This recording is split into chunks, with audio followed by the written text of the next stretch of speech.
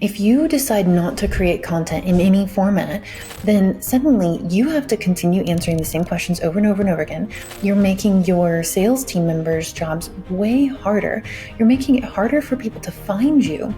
Because I think some people assimilate marketing with ads. Sure, ads are part of marketing in terms of like lead gen and whatever, but it's not all ads. And I think what we're touching on here is more focused around like profile and rapport and trust building and showcasing expertise.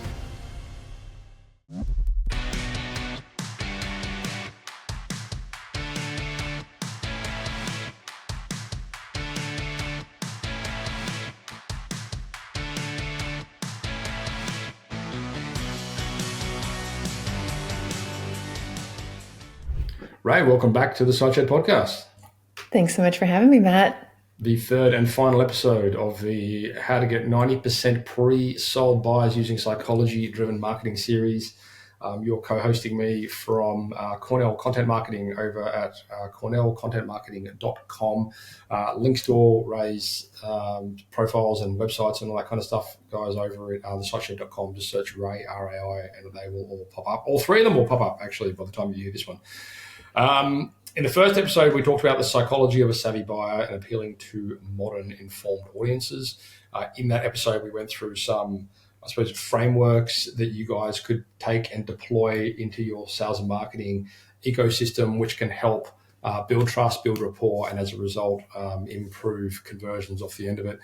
In the last episode, we were talking about why you should never rely solely on ads for sustainable growth, where we talked about the ecosystem of your business in relation to, yes, top of funnel, capturing new leads, but then making sure that you're maximizing the lifetime value of that contact through nurture campaigns and just smart marketing so that you're not always churning and burning leads. And in this episode, we're going to talk about why your marketing feels icky and how you can fix it. Ray, thank you for joining us again, all the way from Texas.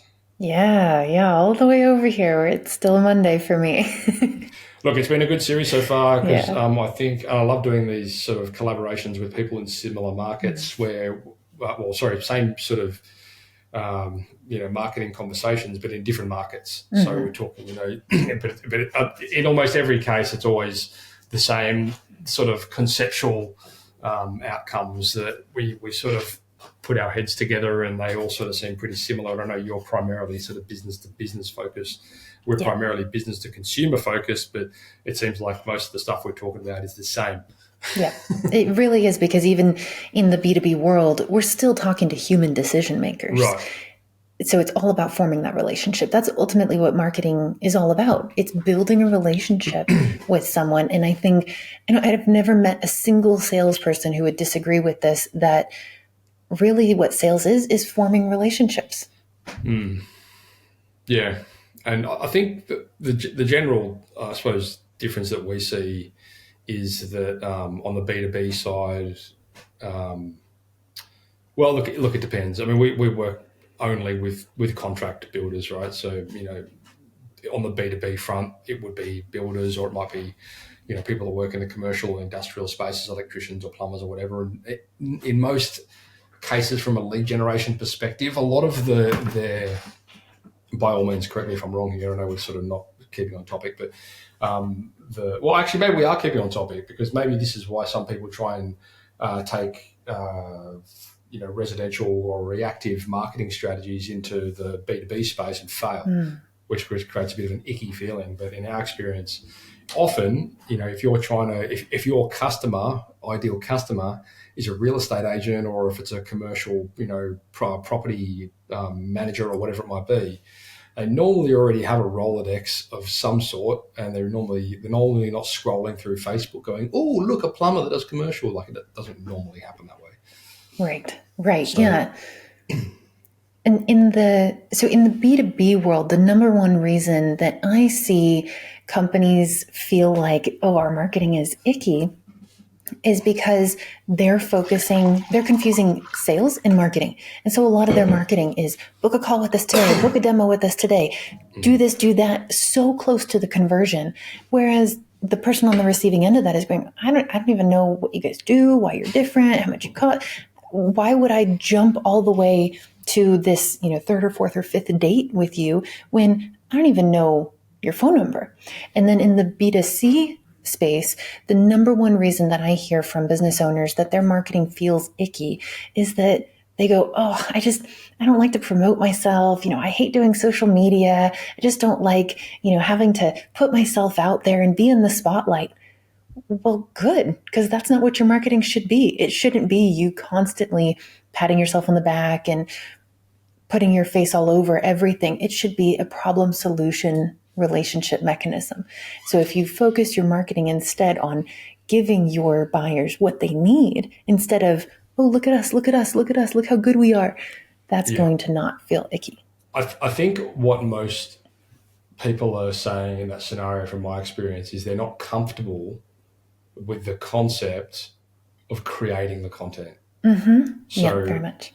If you take, and for no, it's not necessarily a bad thing. Like people genuinely fear public speaking, being on camera and whatever, and they don't like. And I've said this 1,000 times on the podcast, so I apologise for you guys that have been following for a while. But we have this conversation. We've even built training around this in our dashboard for clients, because it's like almost all of them have the same rejection. I'm not comfortable being on camera, and I've sat there before with clients who will sit there and they will have a conversation just like we're doing face to face with one of their customers, and they will, with complete conviction, communicate exactly what needs to be done with perfect timeline and everything, complete accuracy. And then the second you hold up a little phone in front of their face and say the same thing, they clam up and turn into little schoolgirls. And the difference is the phone. So I know like 99% of the people that we work with can do it. They just need a bit of instruction and help on how to do it. And that makes a really big difference. But I know, I also, just to sort of agree with you on one thing, when you're going down this path, it doesn't necessarily mean you have to be talking about, we do this, we do that, blah, blah, blah. Like, again, in our experience, it's about, okay, well, how do we showcase professionalism, build trust and rapport and educate, but at the same time, like, plant our flag as the go-to person and the face behind that thing. Yep. And a lot of people nowadays, they're craving that authenticity. So a lot of times you'll see social content that performs really well, and you look at it and the reason is because it feels authentic. It feels relatable. It's not as edited as some other really polished pieces. And ultimately, I think people need to lean more into what they do really well. So, for example, when you're talking about the whole idea of someone is able to articulate exactly this great timeline, project plan, all the information someone needs, but then you raise the camera and suddenly they turn into a completely different, incompetent person. Most likely that person is not comfortable being on the stage. There's a great tool that I like to use, especially when we're recruiting team members, called the DISC assessment. Oh, yeah. And the DISC assessment, are you familiar with it? Yeah, absolutely. Yeah. So those people who are familiar and comfortable, I should say, with being on camera, their eyes. They are the people who like to have influence. They like to be the one who draws people together and entertains. All the rest of us, the D's, the S's, and the C's, we don't like to be in the spotlight. And that's okay. If you lean into what you're really good at, for S's and C's, it's really all about being very detail-oriented or being team builders. For D's, it's about being very direct, being the leader, being the thought leader, being the contributor of new ideas and new directions. If you lean into what you're good at and you create content in the mechanism that brings you out of your shell and creates content that really only you can create because you have this perfect combination of where your skill set and your natural charisma and your content all align, that's what's going to be most effective. Yeah, and that's the big message there that I always say to guys. It's like, I'm not asking you to get up and deliver a thesis on ancient Greece. Right. Like, I'm asking you to get up there and answer questions that you get asked every day and you've been answering for the last 20 years into a camera, because you can do that and you're the best at it. And so just suck it up and get it done. And I think the difference is conceptually, like, I don't like this, I'm not comfortable with it. I can tell you now, I reckon 95% of people, like our clients that we bring on, have that objection. Like 95% of them, it's 5% of them that are happy to, like, comfortable and they're okay to go away and do it. So you're not alone, but that's also your opportunity, because guess what? 95% of your competitors that don't want to do it either. So if you want to stand out, there's a pretty good opportunity for you to do that, provided that you suck it up and get it done. And it's not hard. It's just something a little bit different, which means it can be learned. It's a skill and you get better at it. Yes. And I think a lot of people are afraid of even trying. So, for example, there's this woodworker on YouTube, and I don't know his name because I don't watch his channel. I'm not a YouTube person. I'd rather read a 2,000 word blog article than watch a 2-minute video. But my husband watches him, and the guy who runs this channel hates being on camera. And so instead of being on camera, he actually uses these fake cat paws that he created to kind of push around the piece of wood that he's working on. And that's the thing that people think is hilarious and entertaining, and nobody knows what he looks like, but that's a draw to his channel because he decided to try. He's like, I don't want to be on camera, but I know how valuable video is to marketing my business. So let me try and do it this way that I would actually have fun with it.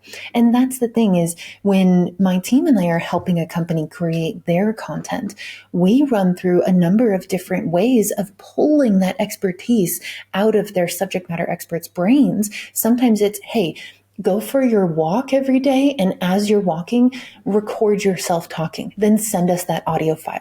Sometimes it's, hey, just sit down to an empty Zoom room, hit record, and just talk like you would talk to a friend. And then sometimes it's, hey, you prefer to write, so go ahead, write down as much as you can. Don't worry about editing. Don't worry about typos or proofreading or anything like that. You don't even have to worry about complete sentences. Just send us a bulleted list. Whatever it takes to get it out of your head and into a format that it can then be adapted into a polished piece of content. That's what's most important, because it's the expertise that's within you as the business owner. That's what's needed. The format is just a method. Sure.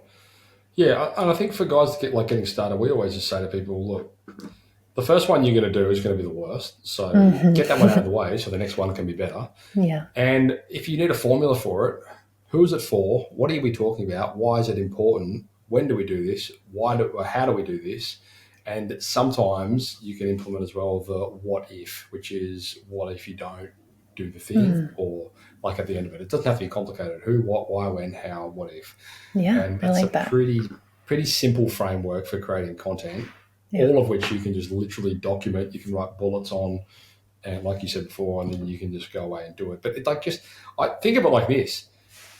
If it's something that you like, so many of the general feedback that we get, and I know this is true because it's exactly the same for us, like the majority of the questions that we get are questions that get asked on repeat. What material do you use when you're pitching a roof? Yep. What about, what cladding do we like, whatever it is, right? Like, it's always the same stuff. Why do you choose this product over that product? Like, just if you answer those questions using content, you don't have to sit there and have those same conversations again. It's kind of like systems for your not yet customers. Like, you create sort of systems and SOPs in your business so you don't have to answer the same questions, and you create like a consistency with the end result. Same deal with content for your customers. It's like, okay, well, I'm going to create these videos because I don't want to have to keep answering them, and I want to be able to use them as a resource to make me look more professional. Exactly. And that's the thing, is I don't think people understand the value and what they're giving up by not creating content. If you decide not to create content in any format, then suddenly you have to continue answering the same questions over and over and over again. You're making your sales team members' jobs way harder. You're making it harder for people to find you. And the thing is, when you create content, there's a company here in the US called Pretty Litter that does a color changing cat litter. And I wrote blog content for them years and years and years ago. And that content still lives on their website today. It's still driving organic traffic to their website, and they're still making sales off of it. And they paid me a couple $100 once to do that for them ages ago. And as that content lives online, it's compounding in ROI month over month, year over year. So that's what you're giving up by resisting this content creation and resisting being authentic in whatever format you need to do it in.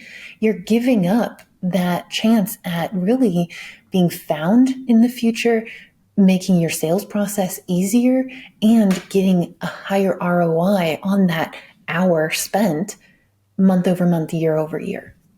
So I guess one thing that I'd like to, I suppose, strike through in terms of like why marketing can feel icky. It's because I think some people assimilate like marketing with ads. Mm-hmm. Sure, ads are part of marketing in terms of like lead gen and whatever, but it's not all ads. And I think what we're touching on here is more focused around like profile and rapport and trust building and showcasing expertise, Yeah. which all of you guys can do. Like the ad stuff kind of might seem a little bit icky, and maybe sometimes it needs to be a little bit ickier than just creating organic, useful, relevant content. But the point is, like, it's not all that. And there are things that you can do out there which can very much add value to your customers and not yet customers, provided that you just take the time to do it. Yep. So I don't get too caught up in the icky side of it. Like that, if that becomes part of your ecosystem, then through necessity or otherwise, then maybe that's the case. But it's not always the case. Yeah. Yeah. And a lot of the companies that I've talked with who tell me this, that they don't enjoy doing marketing, and marketing just feels icky, and they don't like looking at their marketing. They don't like doing the marketing. It's because they think they have to do things that as a consumer or as a recipient of that marketing, they wouldn't enjoy interacting with. None of us enjoy being advertised to. None of us enjoy being pressured into a purchase. So as a business owner, you have to think, if I were on the receiving end of my own company's marketing, what would I want to see? What would I actually enjoy? And if you can create something that you would enjoy receiving, and this all goes back to the golden rule of feel good marketing, and just, the golden rule that we're all taught as children, which is treat others the way you want to be treated. If you use that as your guidepost in your marketing, it no longer feels icky. It actually feels like I'm doing something good with my messaging. I'm actually helping people, and I'm positioned, even if it's the self-promotional kind of content, you're still positioning yourself in a light that you can be proud of, as opposed to something that you're just going to resist at every turn. Yeah, for sure. The I guess the is there in your experience like a framework or anything that I suppose can help people when they're going through this journey? I know you put some stuff in the notes. I'm just curious to get your take on how you could sort of package and like formulate this inverted commas marketing dynamic so that it doesn't come across as icky. And I go back to like Arnold. I don't know if you've read Arnold Schwarzenegger's book, but he talks about being useful, but actually doesn't. He says, "I'm being useful." That was pretty good. But basically, like his whole thing is, okay, well, like just make sure that you're talking about things that are relevant, essentially. Yeah. And that very much detracts from like the ickiness of trying to sell something through marketing. Yes. Like, buy our thing. Here's a promo. The next few customers get this much off, like that kind of icky sort of approach where it's more like, okay, well, how do we be useful and relevant? Recent and frequent, like how do we build like some cadence and some consistency into the way that we, create, syndicate content so that we are seen as a trusted advisor and we're being sort of, we're building that relationship. It's amazing how many people I get, like that eventually come in as a lead or whatever, and they're like, I've been listening to your podcast for years. And it's like, and it's almost like you feel a bit guilty about the fact that you know nothing about this person, because right. I genuinely don't. But like the content, if you're being useful and you're being relevant, eventually, it will result in them reaching out to you when the time is right. So do you have any frameworks around that? Absolutely. And by the way, I love your Arnold Schwarzenegger impression. That was fantastic. I think that's going to stick in Did we people's go minds one? more just because you gave it that extra punch. At least the 1-star reviews roll in on that. Yeah. So, yes, I do have a framework. So, when it comes to creating what I refer to as feel good marketing, I always like to take clients through the 4 M's of marketing. And really, what this exercise is a mindset shift in what should we be doing with our marketing? What should we be doing with our advertising? What should we be doing with our messaging? It all comes back to these 4 M's. So, the first one is motivation. First, you have to understand, what is my motivation with marketing as a business owner? Is my motivation rooted in, I'm just trying to get that person's money, I'm just trying to pay the bills? If so, your marketing is going to come across as desperate and manipulative and transactional, not problem solving and relationship building.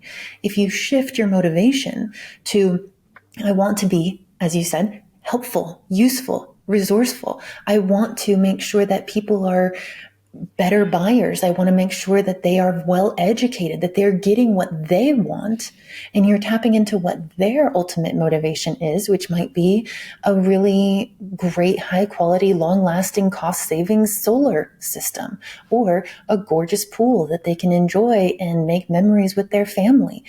If that's what your motivation is, that's going to trickle through all of your marketing and your messaging. So that has to be the foundational point, is your motivation, and making sure that your motivations are, I don't want to say altruistic, because marketing is a really symbiotic relationship, but they have to have some benefit to the buyer on the other end and not just be self-serving. So the second M is method. And this is where a lot of times the methods that we see used in ads and things like that are manipulative. It's manipulative, it's scarcity tactics, it's FOMO, it's high pressure. Is your method any of those things? Do you enjoy receiving those messages? Probably not. So shift your method to something that you can be proud of, that is either helpful, educational, providing a resource, making sure that that person is getting the information they need at the right time. You're not jumping the gun and getting them to instantly book a call with you when they don't even know if you're within their price range. Making sure that your method is ethical.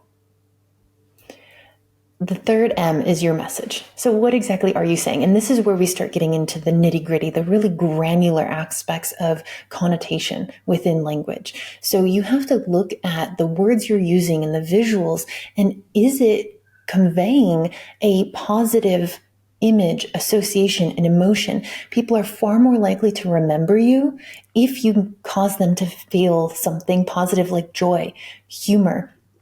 Or you don't feel humor, you feel laughter, you feel joy, you give them humor. If you have those positive aspects in your messaging, you're much more likely to be remembered.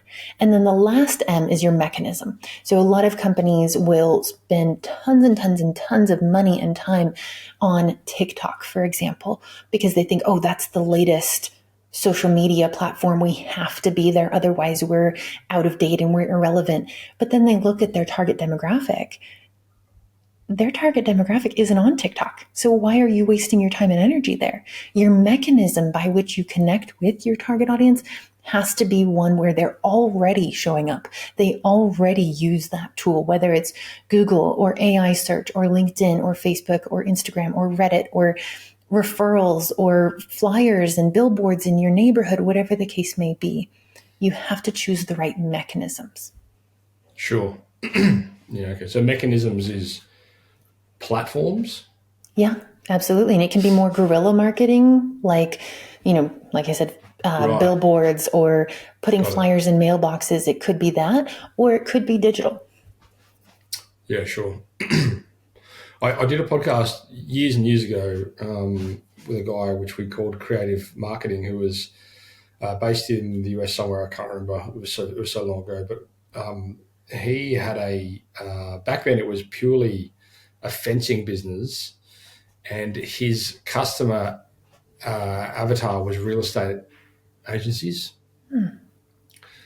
And so like digital marketing per se wasn't really the right mechanism for him, because as real estate's already kind of had their Rolodex. He quickly moved into like home service sort of products, and then he ended up, I think, selling the business or whatever. But anyway, back then, his unique mechanism, creative marketing was the title of that episode. He would go along to these real estate agents. He'd go to Walmart and he'd buy a bunch of like little tipper trucks.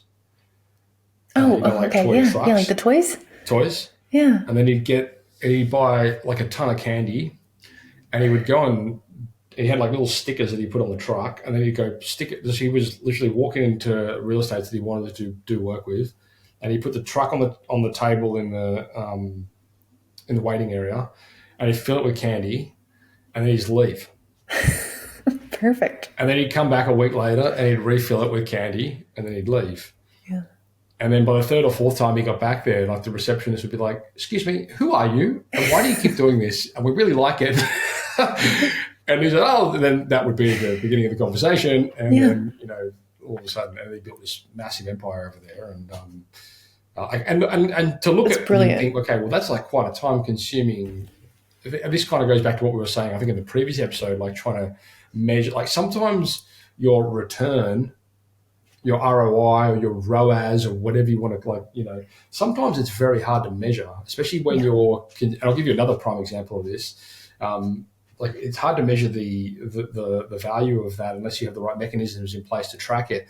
So if you're in the reactive vertical, so say you're an emergency plumber or an emergency electrician, or even in like a recurring model, say like lawn care or something along those lines.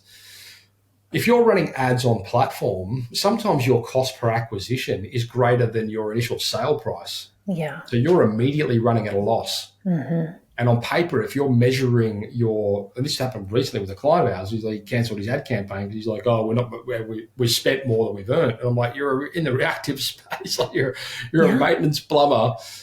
Like your lifetime value should far exceed what you've spent here on an ad to get to attain this customer." So you've got to have a very clear understanding of the numbers relevant to your services. It's not always that's called, like in the industry, a loss leader, where basically, we're spending more money than we're making on this product, but over the course of the lifetime of this customer, we know we're going to be a mile ahead. Yes. And I think you're touching on something that a lot of companies overlook, which is you have to put yourself in the shoes of your ideal buyer. And I love that you said this example about the reactive type of business.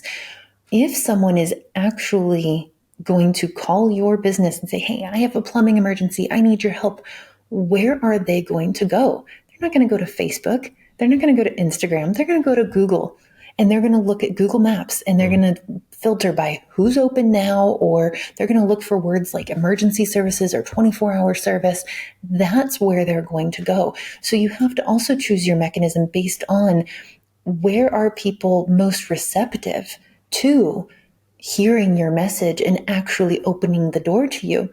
And I love your example about the real estate connection too, because it goes back to what we were saying in our previous episodes about prioritizing building the relationship over just going straight to the conversion. Because instead of going in and saying, "Hi, I'm so-and-so, I'm a fence builder, and I'd love to be your preferred partner for building new fences for the houses that you guys are going to sell," that real estate agency is going to go, "Oh, nope, sorry, we already have someone on our list," and they're going to shut him down right away.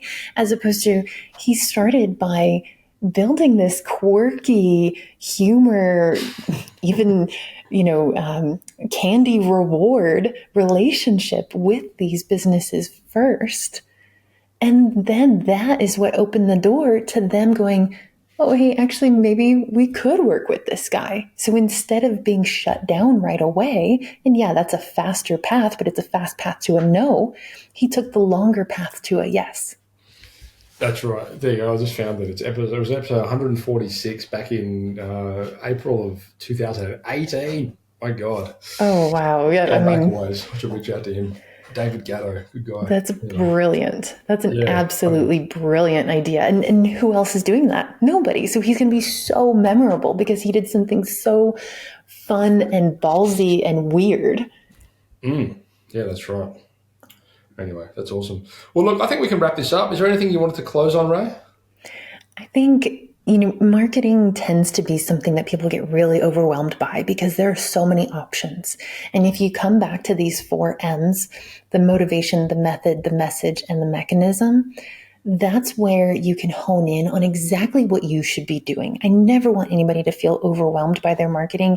And if you can just narrow down to where you're going to shine the most and, as you said, be of most use to the people that you're trying to connect with, that's where you're going to have the most success, the most ROI. Yeah, no, I love it.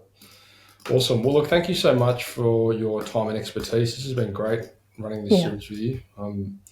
So yeah, for you guys out there that wanted to get hold of Ray, head across to Cornell Content Marketing. That's with 2Ls.com. There's also going to be links in the show notes. Just head across to the siteshed.com if you're driving, whatever, and just type in Ray, R-A-I. You'll be able to see these episodes. If you guys have had any experiences, or if there's anything that you think we haven't covered off on, or something that we've missed, or maybe you've had a different experience with something that we've mentioned, we'd love to hear about it. So I'm sure I could rubber arm Ray into coming back on the show and answering some of these questions if that is the case. So hit us up in the show notes, wherever you see this come through, or in the comments, or in the emails, or whatever. And I will endeavour to answer those questions for you. And likewise, if there's anything that you think you would like to hear us cover on the Site Shed, also let us know. We're up to, Ray, believe it or not, we are up to episode now. This podcast is going to be, this podcast will be episode 450. Holy cow, wow. Yeah, so well, and you've been doing this longer than 2018, so... Yeah, we started in 2016. We've covered a lot of content. So I dare say there's things that we've probably spoken about in the past that need to be updated. So if any of you guys out there want an update on anything, let us know. Otherwise, once again, Ray, thank you for your time. And thanks for having me, Matt.